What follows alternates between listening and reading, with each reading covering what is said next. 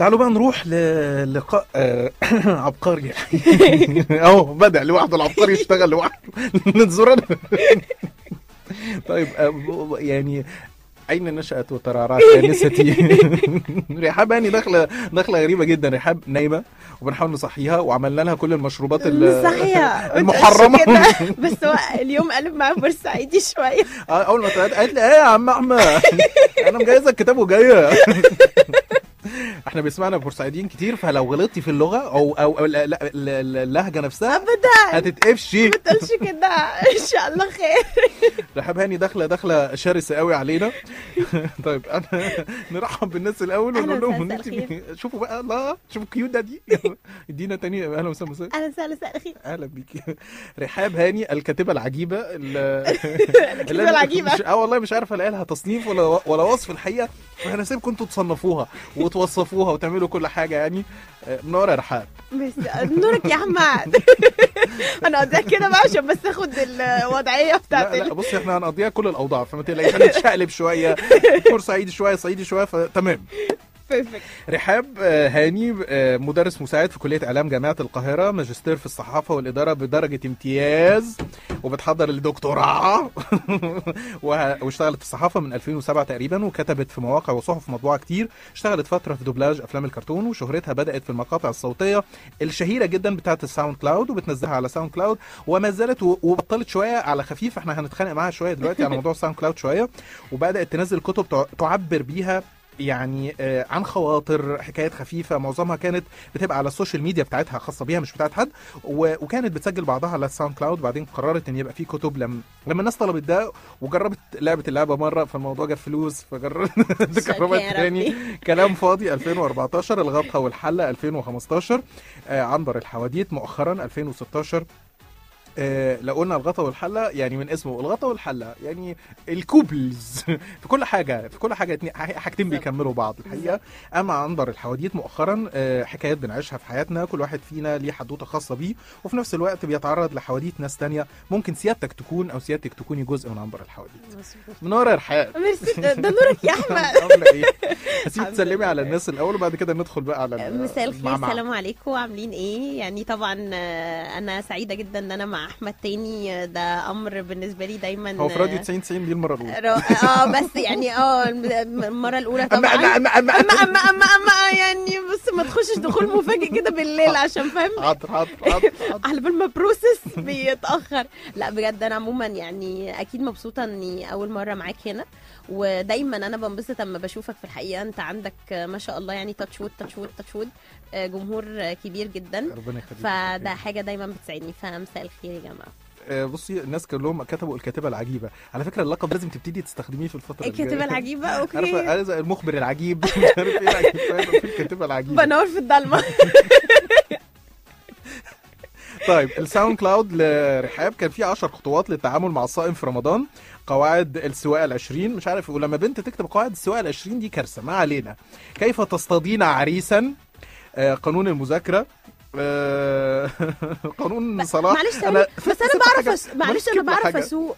ايه ليه بنت بتكتب؟ معلش اصل الملحوظه بس عشان انا بقالي. بذمتك انت راضيه عن سواقه البنات؟ انت في العموم الاصوات اللي طلعت دي كلها. لا بس يعني عايز اقول لك حاجه، انا ما بسوقش لا للتعميم يعني، بس انا اهو ما بعرفش اسوق، بس لا نعم في دي للتعميم. ورب العزه في دي نعم للتعميم. لا ما تحلفنيش يا رحاب. بص طب انا اقول لك حاجه، يعني انا امبارح تعرضت لحادث سير. لا اله الا الله. على سبيل المثال يعني كان في من ضمن اللي واقفين يتفرجوا كانت بنت سايقه بتتفرج، بتتعاطف وجدانيا يعني. الحادثه خلصت والناس بدات تتحرك، هي مش عارفه تتحرك. العربيه لا عايزه تجيب يمين ولا شمال. اتخضت يعني، بتحصل بتفريز يعني. طب وكلكم تفريزوا بس من فضلك ما تحصرنيش في ادوار الشر يعني. انا طيب زي كمان ابو رايه، فانا بعرف اسوق على فكره. تسوقين الميكروباص ما شاء الله يعني. اشجان مين؟ اشجان فنانه اشجان.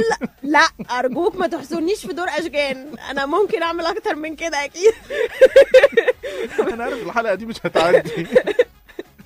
طيب نبتدي بقى الاسئله والمنهج بتاعنا. اتفضل. نبتدي الاول، خلينا نبتدي من الكتاب الجديد. اوكي. ايه حكايه عنبر الحواديت؟ وبصوا اول ما الواحد يقرا كلمه عنبر وانت كاتباها بالفونت العريض شويه يعني، عنبر عنبر. يعني اول ما حد يتقال له كلمه عنبر هو بيجي له حاجه يعني خواطر كالاتي. اول حاجه مستشفى المجانين.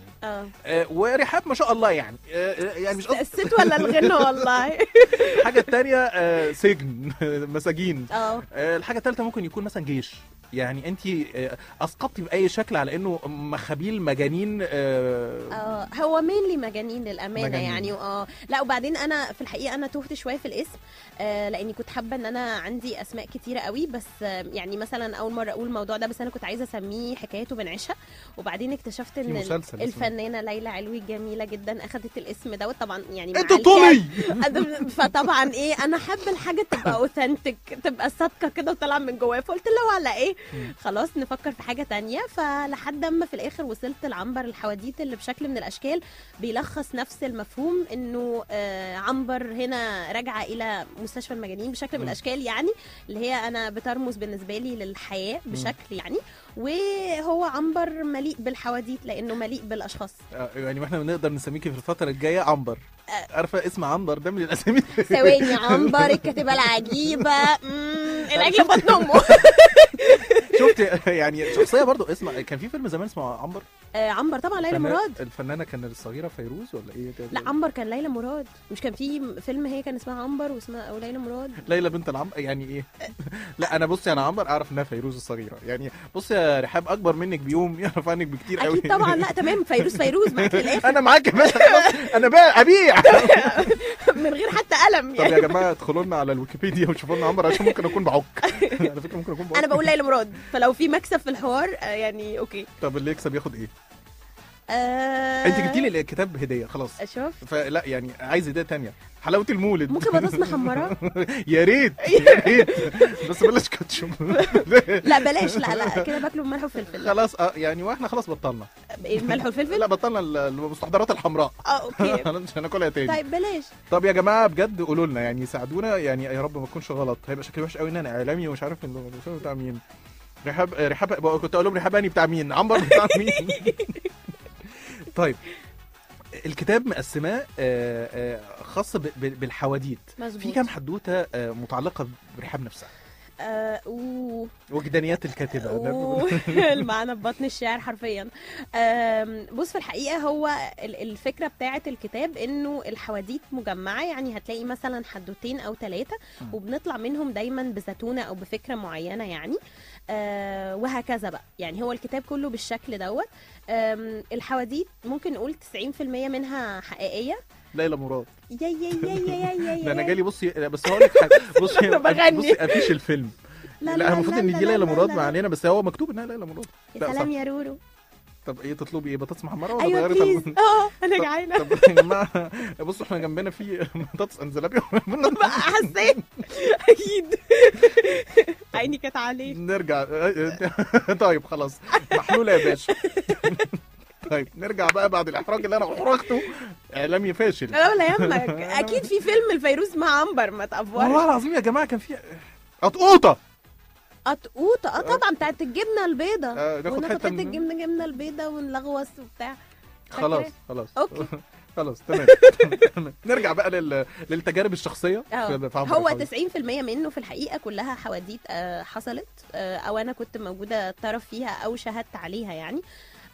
بس وانا بشكل من الاشكال يعني بكتبها طبعا اكيد في قصص خاصه بناس، فممكن بغير فيها شويه علشان في الاخر هي دي حاجات بتاعتهم هم بس، علشان بس انا شفت فيها ان ممكن ناس لما تقراها او لما تتعرف عليها تحس ان هم كمان مروا بتجربه زي دي، ونطلع منها كلنا بفكره او بموضوع او بحاجه بس. تمام. طيب تحسني عميقه. لا ما هو بصي، لا ما عميقه ايه، عميقه صلي على النبي. عليه الصلاه والسلام. الحمد لله.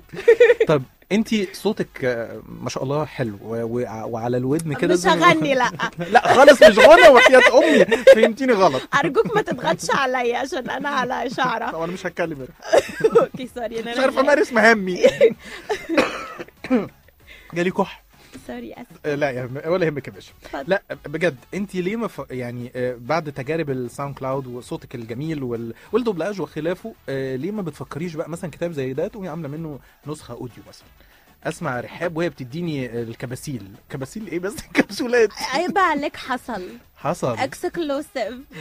لسه ما طلعش ده. لا فعلا في تو يعني كتابين اوديو بوكس، في 2 كتاب. 2 كتاب. بص عارف القلبه اللي هو تحس ان انت محتاج دبلجه انيسه بيت فجاه. عملت فعلا الكتاب الاول كلام فاضي والغطا والحله اوديو بوك، هينزلوا ان شاء الله قريب بصوتي.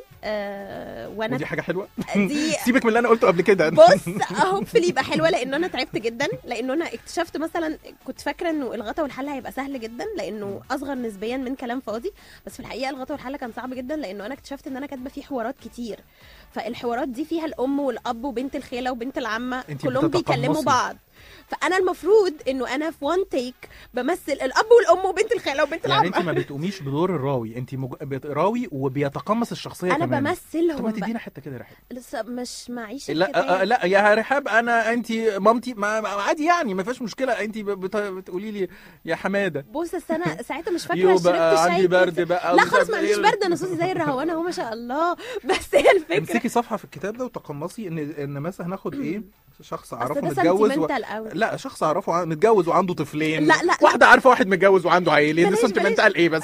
بلاش ده هيبقى حساس قوي. لا التانية اللي هو مثلا ايه كان في مثلا حوار ده اللي انا ممكن فاكراه دلوقتي، اللي هو بتاع بنت بتقول لباباها ان هو جاي لها عريس وباباها مش عايز يجوزها، فهو بيعرض عليها انها تاخد فلوس في سبيل ان هي ما تتجوزش. ده بابا ده جامد قوي. فاهم، عريس من جهه امنيه جدا يعني اللي هو قوي.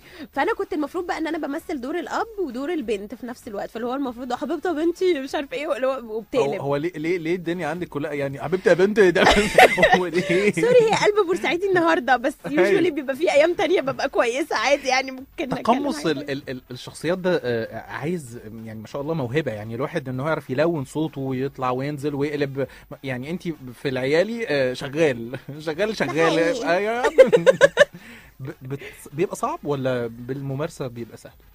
ما اعرفش، هو واضح ان انا يعني طلعت كده حاجه زي بتجري في دمي كده، زي كرات بيضاء وحمراء والنسوان. اما الاستاذ فتحي عبد الوهاب في سهر الليالي، فغالبا نفس الفكره. ممكن نقطع اللي فات نعمل ده الفيلم على فكره عادي. ما هو مش كل الافلام بنقولها الحقيقه. تامر حبيب وهاني خليفه ماي فيفورت، فيعني فاهم، فهي نفس الفكره. فما اقدرش اقول لك اني مسيطره على الموضوع قوي.